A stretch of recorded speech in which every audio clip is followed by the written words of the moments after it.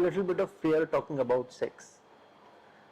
और spirituality में on the contrary इसको one of the most क्या मतलब this is the transforming energy बोलते हैं.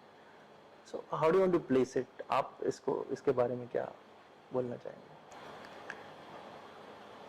Again, my point of view is this is most hyped subject, but it is very natural and normal thing. We come out of sex.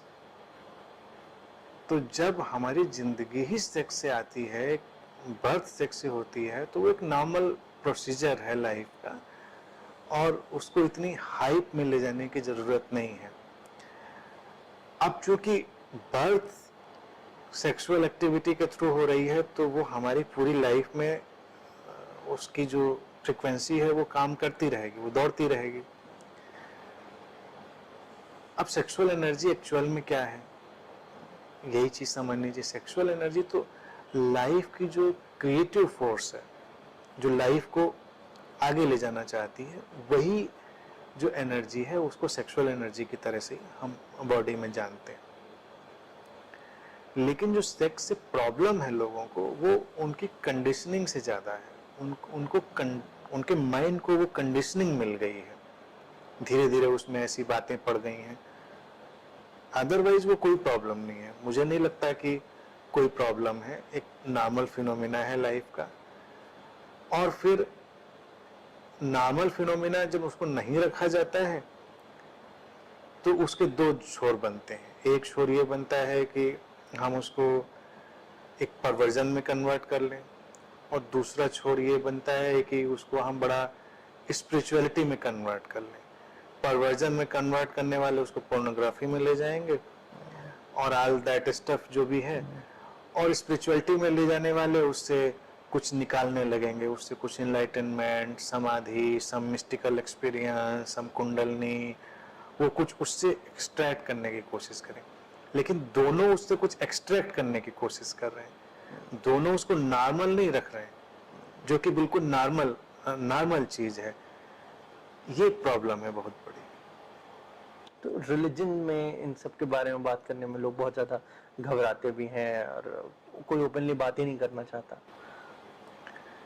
देखिए, मुझे लगता है कि एक वक्त रहा भारत में जब ये सब बातें बहुत सामान्य ढंग से और बहुत ही आराम से हुआ करती थी. धीरे धीरे जो लोगों के माइंड में सब फियर और कंडीशनिंग्स पैदा होती गई, उसके चलते ये प्रॉब्लम आ गई कि लोग बात करने से घबराते हैं, कतराते हैं. कतराते इसलिए क्योंकि उनके माइंड में खुद ही इतनी कंडीशनिंग और प्रेजुडिस पड़ा हुआ है कि वो नॉर्मल बात करते हुए खुद ही नॉर्मल नहीं रहते.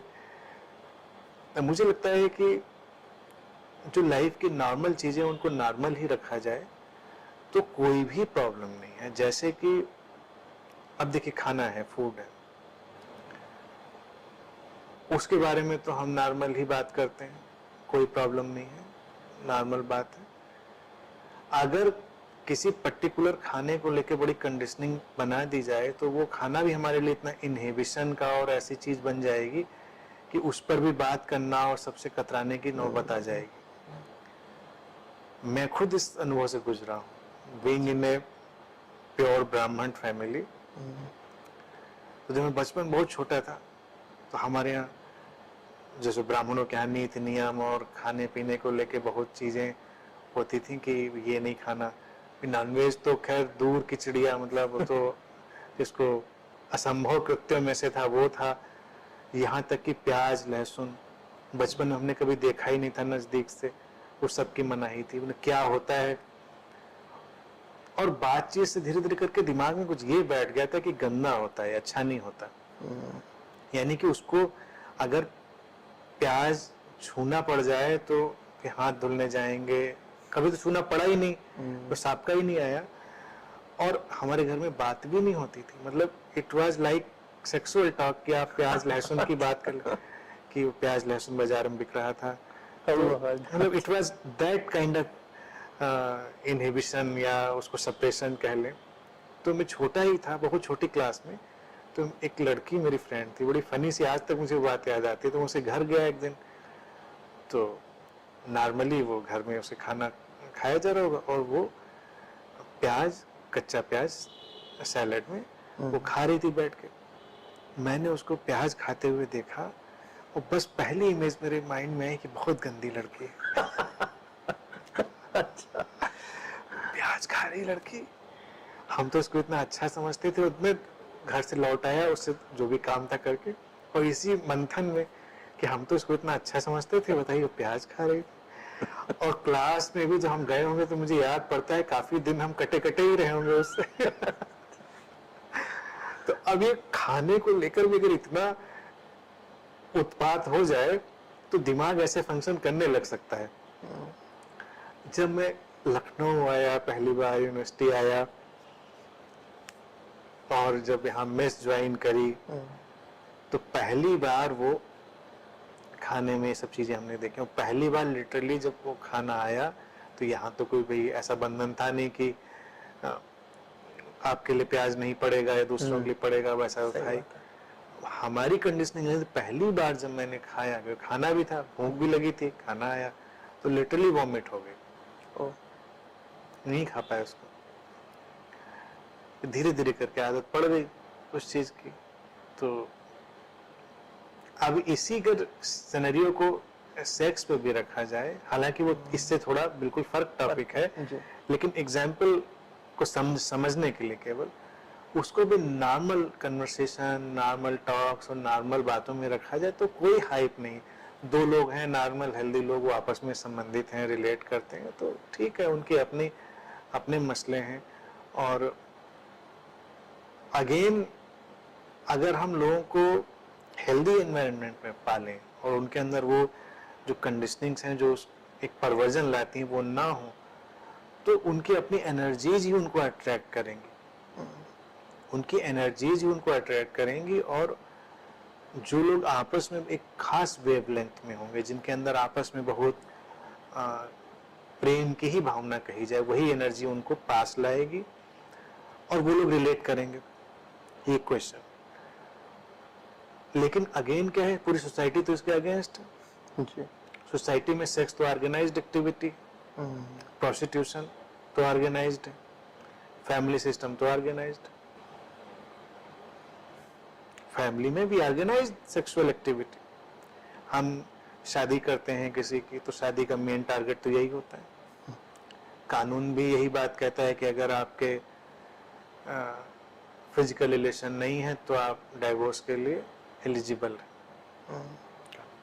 यानी कि that is the prime factor. Prime factor, जरूरी है वो, मतलब करना जरूरी है। पहले के समाज में ड्यूटी थी महिलाओं की या पुरुषों की, किसी की। अब you can't make this thing a duty, liability या लीगल थिंग। लोगों को नॉर्मल, नेचुरल। अब वही फैमिली जो उसको ऑर्गेनाइज करती हैं, फिर वो उन चीजों के अगेंस्ट जाती हैं जो दूसरे ऑर्गेनाइज सारे बिजनेस चल रहे हैं। वो ऑर्गेनाइज चीजें किसी भी लेवल की हो सकती हैं। और हम कहाँ पर ये स्कोप छोड़ते हैं कि लोग नेचुरल उस हैपनिंग में जाएं। समाज के लिए वो थ्रेट भी है, कभी कभी इमोरल जैसा भी लग सकता है कि भाई वो नेचुरल हैपनिंग तो उसके तो कोई गणित है नहीं। So are you against marriage? And I am not against marriage. I am in very favor of marriage, but उसको अच्छा इवॉल्व किया जा सकता है। इवन अरेंज मैरिज के भी मैं अगेंस्ट नहीं हूँ। लोग कहेंगे ना तो लव मैरिज होनी चाहिए, अरेंज भी इट्स ओके, गुड। दो लोग साथ में आ गए फॉर एनी रीजन, लेकिन अब जब साथ आ गए हैं और मैच्योरिटी हो तो उनको थोड़ा इवॉल्व होने दिया जाए, बढ़ने दिया जाए उनके अपने फ्रीडम के साथ। उनके ऊपर कोई नीत नियम का कंपल्सन ना डाला जाए, तो वो हैपनिंग भी होगी, बहुत सारी हैपनिंग होगी। हम उनको प्रोग्राम नहीं कर सकते कि तुमको इस आदमी से प्यार करना है, तुमको इससे फिजिकली रिलेट करना है, तुमको करना है। ठीक है, हो गया तो हो गया, नहीं हुआ तो नहीं हुआ, उसकी क्या जरूरत है। अब हम शादियां करते हैं, शादी करके हम हनीमून के पैकेज पे विदा करते हैं दोनों को। ऑर्गेनाइज सेक्सुअल एक्ट के लिए तो हम विदा करते हैं, और फिर जब ऑर्गेनाइज इंडस्ट्री चलती है तो हम उसके अगेंस्ट में होते हैं। हम कहते हैं वो अच्छा नहीं है, जो हम कर रहे हैं वो भी कहाँ से अच्छा है। ये शादी कर ली ठीक है, but it will happen any day, any time, anywhere, who knows. और नहीं भी घटता है तो who knows, it is not big issue. और आज की जनरेशन में देखो, तुम खुद जानते हो इस बात को, जो लोग परवर्जन में जी रहे हैं वो इस चीज को नहीं समझ पाएंगे, लेकिन कई मैरिजेज जिनमें सेक्सुअल हैपनिंग नहीं होती तो एसेंशियल तो है नहीं। मैं ही ऐसे कई लोगों को जानता हूँ नहीं होती। और अब तो एक टर्म भी इसके लिए आजकल चल निकला है, असेक्सुअल मैरिजेस। इसमें मैरिज, तो हम जब चीजों को ऑर्गेनाइज्ड बनाते हैं तो प्रॉब्लम होती है। वही प्रॉब्लम स्पिरिचुअलिटी में भी आ गई ना, कि एक ऐसा कोई युग तैयार हुआ जिसके अंदर की एनर्जी जितनी एक दूसरे की हार्मनी में आई, और फिर वो किसी अलग जर्नी पे चले गए, तब तो ठीक है। लेकिन हम कहें इससे हमको ये निकालना है, तो तुम्हारे लिए टारगेट हो गया, सेक्स से तुमको स्पिरिचुअलिटी निकालनी है, तुम्हारे लिए वो ऑब्जेक्टिफाई हो गया पर्सन। और आमतौर से महिलाएं ही ऑब्जेक्टिफाई ज्यादा होती हैं। भारत में एक पहले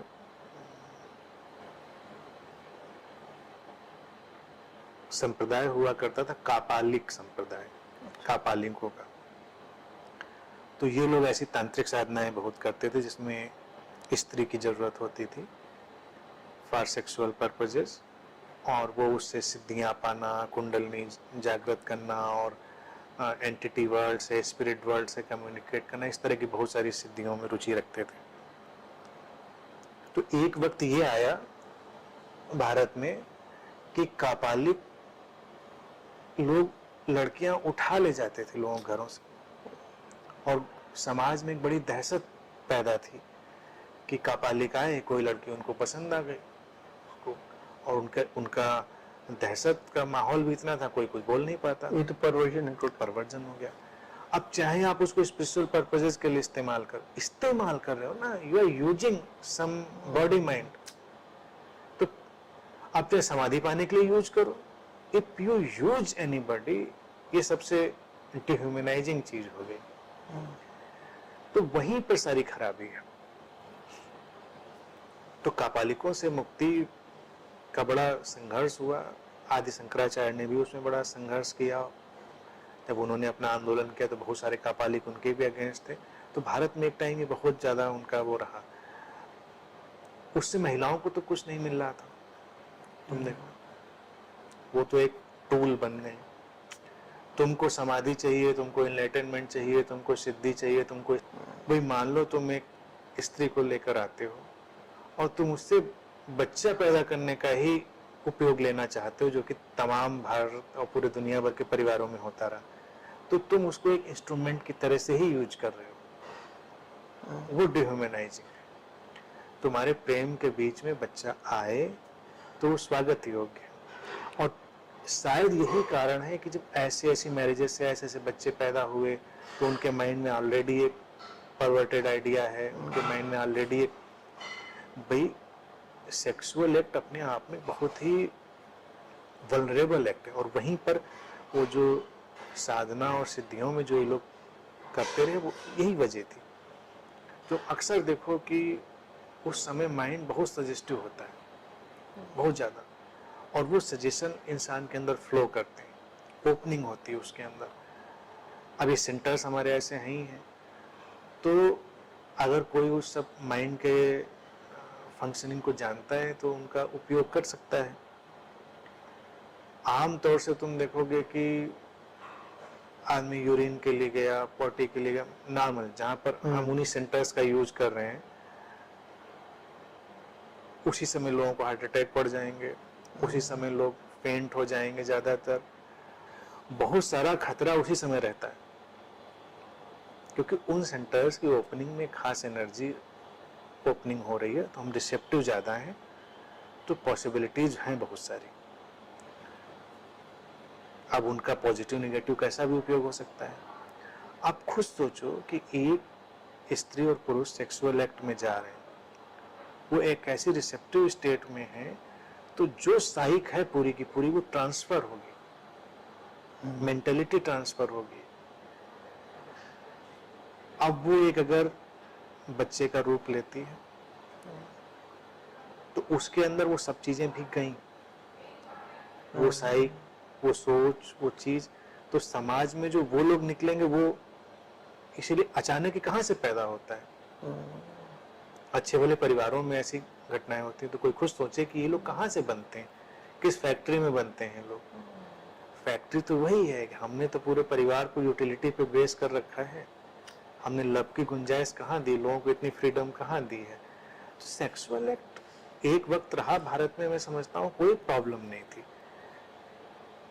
वो नेचुरल हैपनिंग है, लेकिन नेचुरल हैपनिंग के लिए फिर आप ऑर्गेनाइज नहीं कर सकते हो, ये बात तो पक्की है।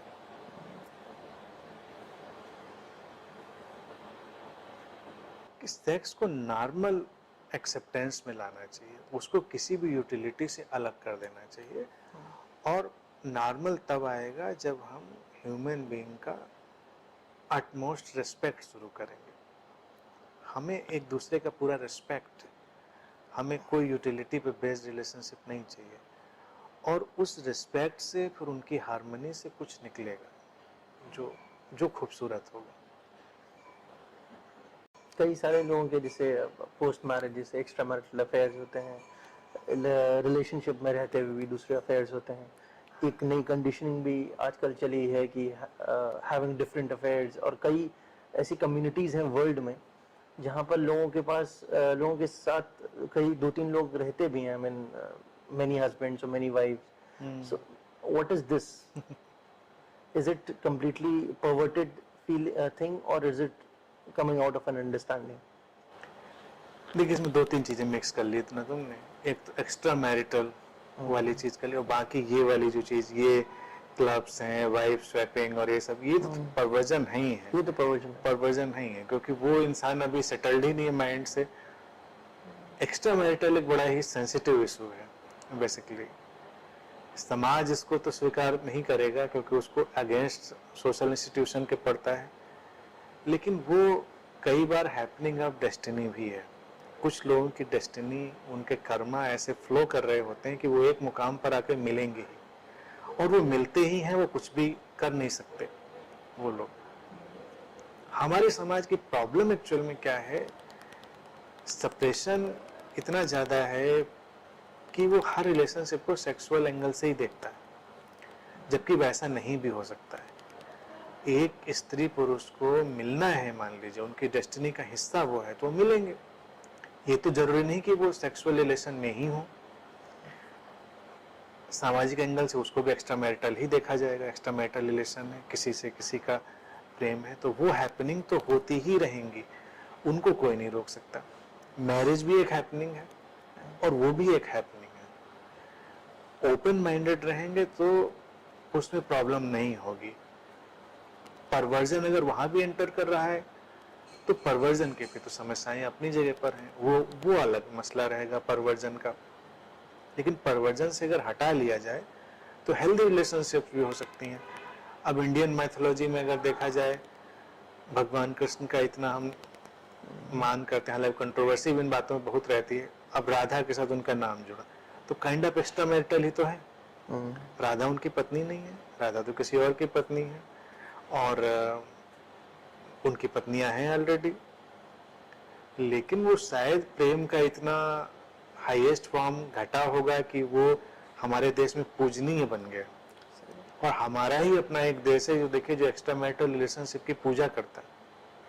किसी और देश में ऐसी हिम्मत नहीं है, क्योंकि हमने ऑर्गेनाइज्ड संबंध से ज्यादा प्रेम के संबंध को महत्व दिया कि प्रेम का संबंध है, और फिजिकलिटी हो ना हो उसको इतना तूल देने की जरूरत भी नहीं।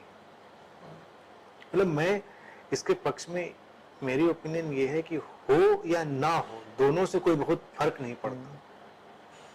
प्रेम का लेवल, डिग्री अगर बहुत हाई है तो फिजिकलिटी है या नहीं है, हु केयर्स। अच्छा, ऐसा भी होता है when you're in a how does it matter whether you're in a relationship or not, or you're married or not, लेकिन कभी कभी किसी को देखकर ऐसी सेक्सुअल डिजायर्स आ सकती हैं या आती भी हैं, and the other person wants it or you want it. First, ये मॉरली बड़ा ही इनकरेक्ट लगता है।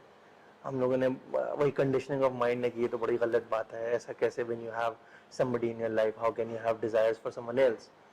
एट द सेम टाइम एक मॉरल क्वेश्चन है। दूसरा क्वेश्चन ये है कि अगर आप उसके विक्टिम बन जाओ या उसकी डिजायर्स के आप विक्टिम बन जाओ या आप किसी और को विक्टिम बनाना चाहो, दैट हॉन्ट्स, वो थॉट आपको दिन रात हॉन्ट करता है। तो हाउ शुड यू या how can you control, how can you manage it? देखिए, ये बहुत वाइटल क्वेश्चन है और समाज के जितनी समय उथल पुथल है वो इसी प्रश्न के चारों तरफ घूमती है। जितना भी सामाजिक उथल पुथल का परिदृश्य है, सिनेरियो है, वो इसी चीज पे घूम रहा है कि क्योंकि इस चीज पे नियंत्रण नहीं है किसी चीज व्यक्ति का। तो और फिर जब उसको फुलफिल करने के लिए व्यक्ति बहुत सारे उपाय करता है, तो उससे परवर्जन एक, वायलेंस एक और तमाम तरह के एक्सप्लॉयटेशन अलग, बहुत सारी चीजें पैदा हो जाती हैं। पहली चीज, समाज में एक चीज को बच्चों के दिमाग में, खुद के दिमाग में, लोगों के दिमाग में नॉर्मल वे में डालनी चाहिए कि happening of desires is a cosmic event, it can happen. तुम्हारे अंदर डिजायर पैदा हो सकती है, दैट इज नॉट सिन। लेकिन डिजायर के पीछे भागने लगना, उसको फुलफिल करने के लिए अनएथिकल, अनसोशल सारे मीन्स को अपनाना, वो गलत होगा और मुश्किलों में डालेगा।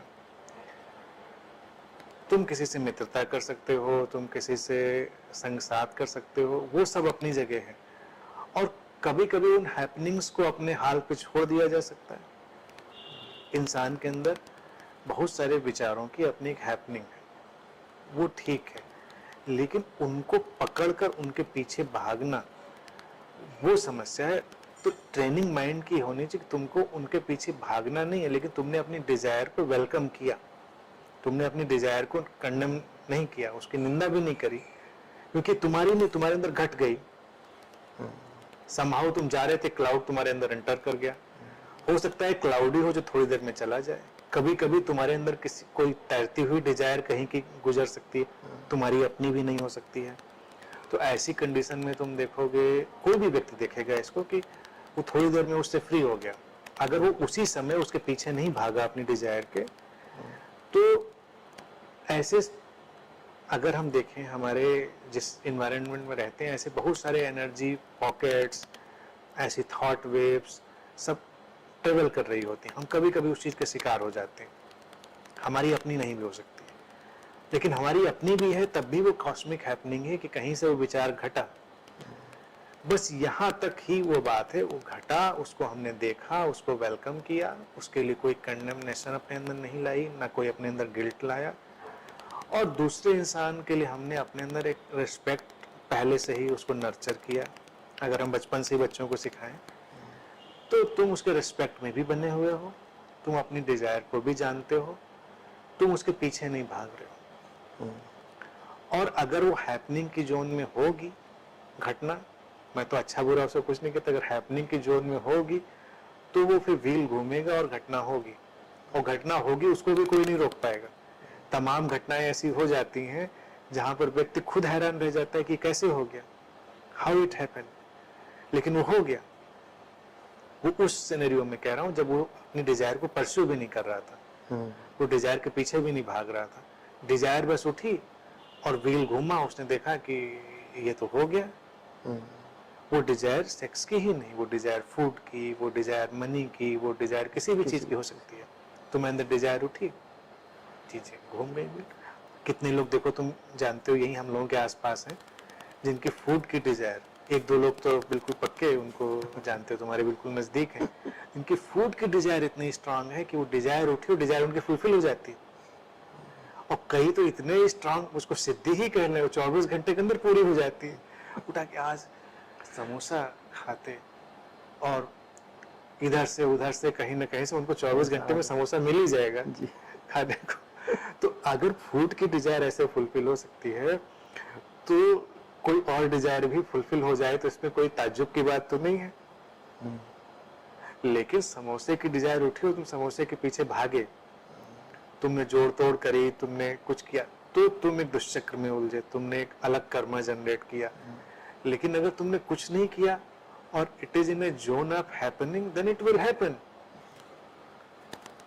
उसमें, और फिर हैपनिंग में भी तुम क्या करोगे ये तुम्हारे ऊपर डिपेंड करता है, ये तुम्हारा विवेक भी है। समोसा आ भी गया तुम्हारे सामने, तुम खाओगे कि नहीं खाओगे, उस समय तुम्हारे लिए क्या उचित जान पड़ता है, ये भी। तो कई बार कई सारे लोग उस चीज के भी विक्टिम हो जाते हैं जब एनर्जीज ने तो उनकी डिजायर फुलफिल कर दी, लेकिन उनको ये भी देख लेना पड़ता है उस समय कि ये कॉन्सिक्वेंस हमें कहाँ ले जाएगी। डिजायर तो बन गई, व्हील घूम गया तुम्हारा, तो कभी कभी कोई इतना अलर्ट और अवेयर हो सकता है कि वो कुछ कॉन्सिक्वेंसेस को देखकर फिर भी उससे हट सकता है, कहता है ओके फाइन मैं विड्रॉ करता हूँ। और कोई इतना कंपल्सिव हो सकता है, अगेन वो उसके डिजाइन में ही होगा, उसके जेनेटिक और मेंटल डिजाइन में, कि वो इतना कंपल्सिव होगा, इतना अलर्ट होकर देख ही नहीं पाएगा, तो कॉन्सिक्वेंसेस वर्स्ट होने के बावजूद भी उसमें जाएगा और वो फिर कॉन्सिक्वेंसेस फेस करेगा। समाज में ऐसा तमामों जगह पर होता है। तो इसीलिए गुत्थी उलझी है। पहला इसको हैंडल करने का हेल्दी वे तो यही है मेरा कहना है, कि डिजायर्स को रिस्पेक्ट देना। वो तुम्हारी हो सकती है, तुम्हारी नहीं हो सकती, इससे कोई फर्क नहीं पड़ता किसकी है किसकी नहीं है, वो कॉस्मिक हैपनिंग है, they simply happen and you have to witness those desires. फिर अगर ये रिलेशनशिप और सेक्सुअल रिलेशन की बात आए, तब दूसरे के लिए तुम्हारे अंदर एक गहरा रिस्पेक्ट, तुम किसी की फ्रीडम बाउंड्रीज को इनक्रोच नहीं करते हो, तुम किसी को यूटिलिटी आइटम में बदलने की कोशिश नहीं करते हो, तुम अपनी तरफ से सब बात जानते हो। In spite of all those things desire is there. फिर कुछ कॉस्मिक हैपनिंग होगी, कॉस्मिक व्हील कुछ घूमेगा, उसमें क्या होगा, फिर अपनी अपनी सेंसेस के हिसाब से लोग डिसीजन लेंगे। मैं तो यही प्रेफर करूंगा कि लोग ज्यादा अलर्ट कॉन्शियस हों और जो उनकी जिंदगी में ज्यादा पीस और हार्मनी लेके आए वही डिसीजन ले। कभी कभी डिजायर तो फुलफिल हो जाती है, लेकिन वो पीछे पीछे बहुत केओस डिस्ट्रक्शन भी ले आती है। तो ये भी देख लेने वाला है कि हम कितना जाएंगे उस चीज के पीछे। जैसे कोई ड्रिंक करने वाला ही हो, मान लीजिए हैबिचुअल अल्कोहलिक हो और उसको जॉन्डिस हो रखी हो, और उसको बैठे बैठे डॉक्टर ने मना कर दिया पीना नहीं तो बिल्कुल नुकसान हो जाएगा। अब उसकी इतनी इंटेंस डिजायर हो, अचानक उसके सामने आके बॉटल रख जाए। अब ये उसके विवेक पर निर्भर करेगा और उसकी जेनेटिक कंडीशनिंग पे कि वो क्या निर्णय लेगा। वो अपने को डैमेज करने का निर्णय लेगा या वो कहेगा कि नहीं ठीक है कोई बात नहीं, मैं इस चीज को भी ऑनर करता हूँ कि एग्जिस्टेंस डिजायर मेरी फुलफिल करी। तो बहुत सारी ऐसी हैपनिंग्स हो सकती हैं समाज में, रिलेशनशिप को लेके भी हो सकती हैं, किसी भी फैक्टर को लेके हो सकती हैं। तो चुनने योग्य तो यही कि विवेकपूर्ण निर्णय लिए जाए, और जो भी निर्णय लेंगे हम उसकी अपनी कॉन्सिक्वेंसेज होंगी, तो उन कॉन्सिक्वेंसेज को भी एक्सेप्ट करना चाहिए। बस इतनी सी बात है। व्यक्ति का एक ये भी चीज होती है कि he is here for a purpose, एक पर्पस के लिए वो खुद सर्च करने लग जाता है। उसको लगता है मुझे कुछ तो करना है, मैं आया हूँ लाइफ में कुछ तो करूंगा, मैं क्या करूँ। और वो पर्पस की वजह से ही आई सपोज कि उसके दिमाग में ये चीजें होती हैं कि मैं कुछ करूँ, लाओ मैं इसमें ट्राई करता हूँ, beat career beat your life. जैसे आपने बताया कि आज मैं इस प्रोफाइल पर हूँ, चलो मैं कुछ और पैसा कमा ले, दूसरे से कंपेयर करता है। ये भी तो थॉट उसके दिमाग में आ ही रहा है। And how to cope up with that one question.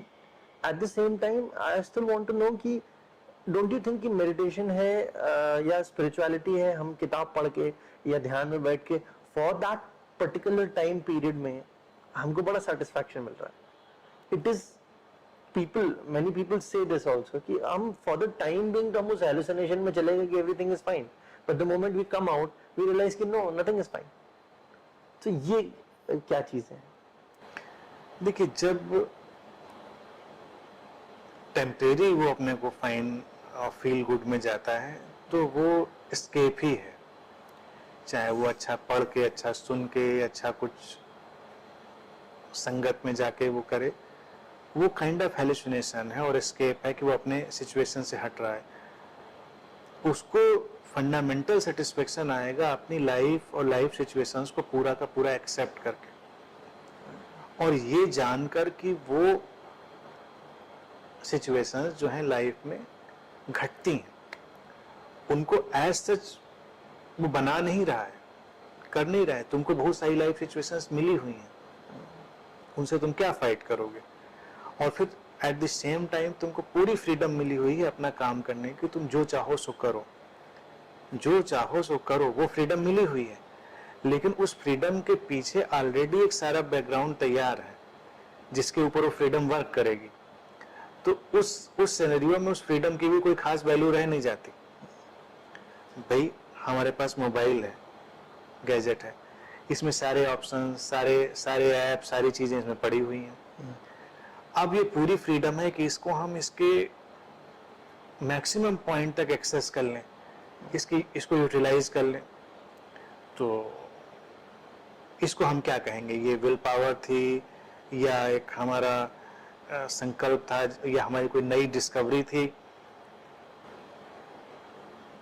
वो हमारे पास पॉसिबिलिटी हमेशा मिली हुई है, लेकिन उस पॉसिबिलिटी को हम एक्सेस कर रहे हैं इसी डिजाइन में। वो ऑलरेडी डिजाइन में है।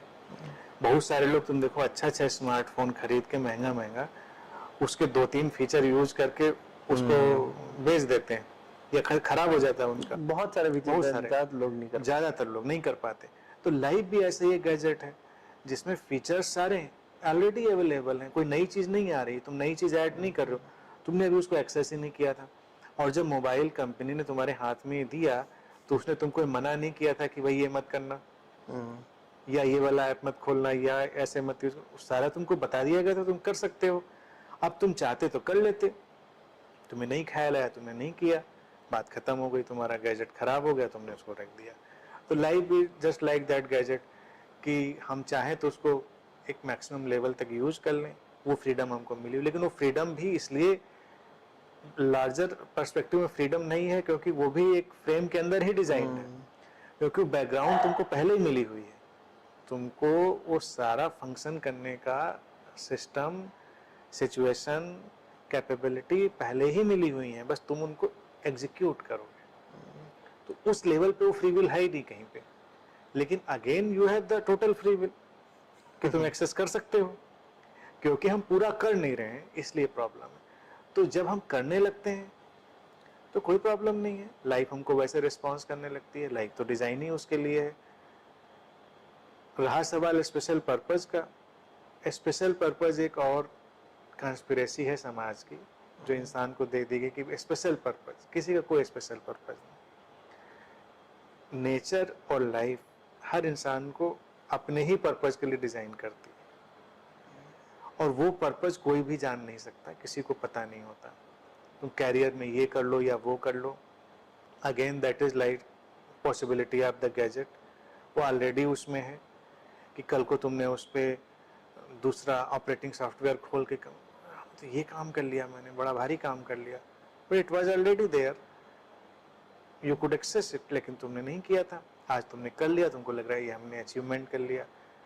इसी तरह से बहुत सारे अचीवमेंट लाइफ में हैं जिनकी वैल्यू टेम्परेरी और प्रैक्टिकल पर्पज से हो सकती है, लेकिन पर्पज के तौर से उनका कोई मतलब नहीं है भी।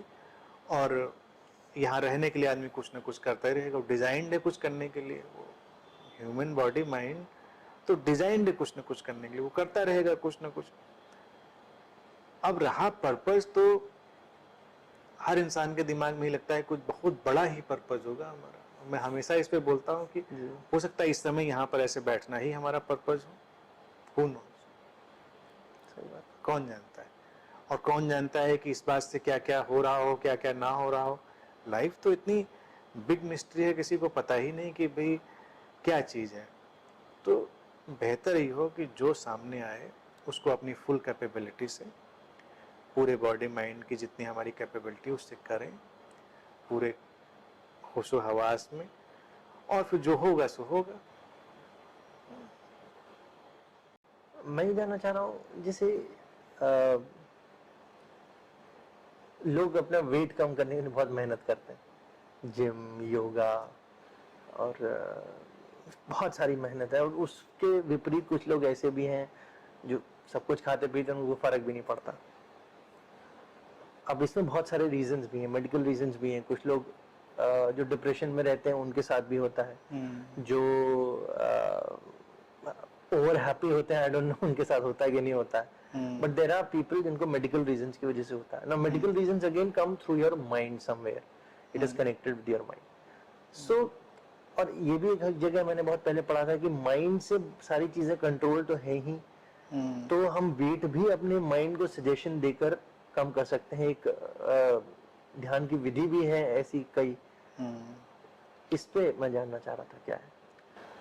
देखिए, बॉडी माइंड रिलेटेड तो हैं, बॉडी माइंड ऑब्वियसली रिलेटेड है, लेकिन मुझको एक चीज ये लगती है कि वेट को लेकर इतना हाइपर होने की जरूरत नहीं है। आजकल की सोसाइटी में वेट को लेकर लोग कुछ ज्यादा ही हाइपर हो गए हैं, उनके अंदर बहुत ज्यादा उत्तेजना है।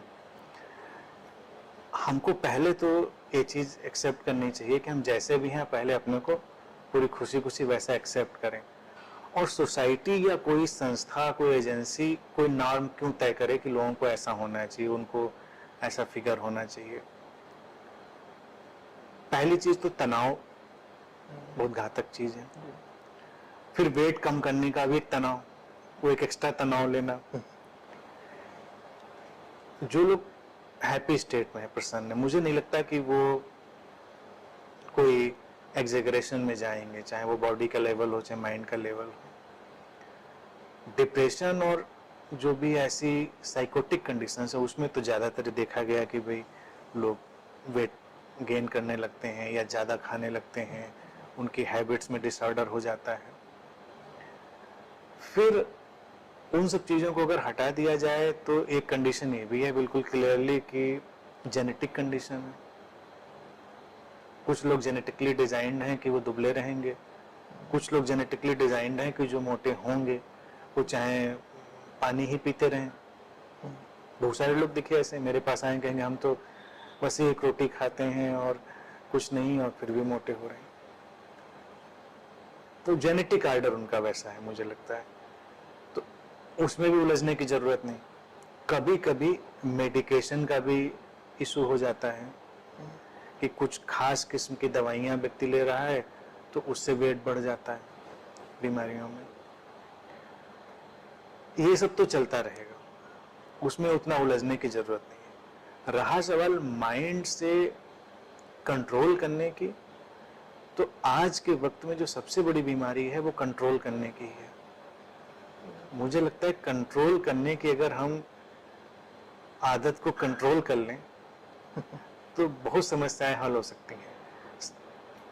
स्वीकार कर लें हम जैसे हैं, प्रसन्न रहें और वाइजली जो नॉर्म है उनको फॉलो करें।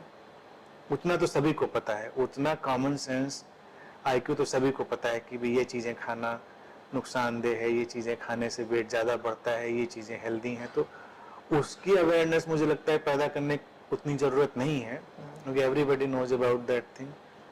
तो आप अपने नॉर्मल फूड खाइए जो आपके लिए ज़रूरी है।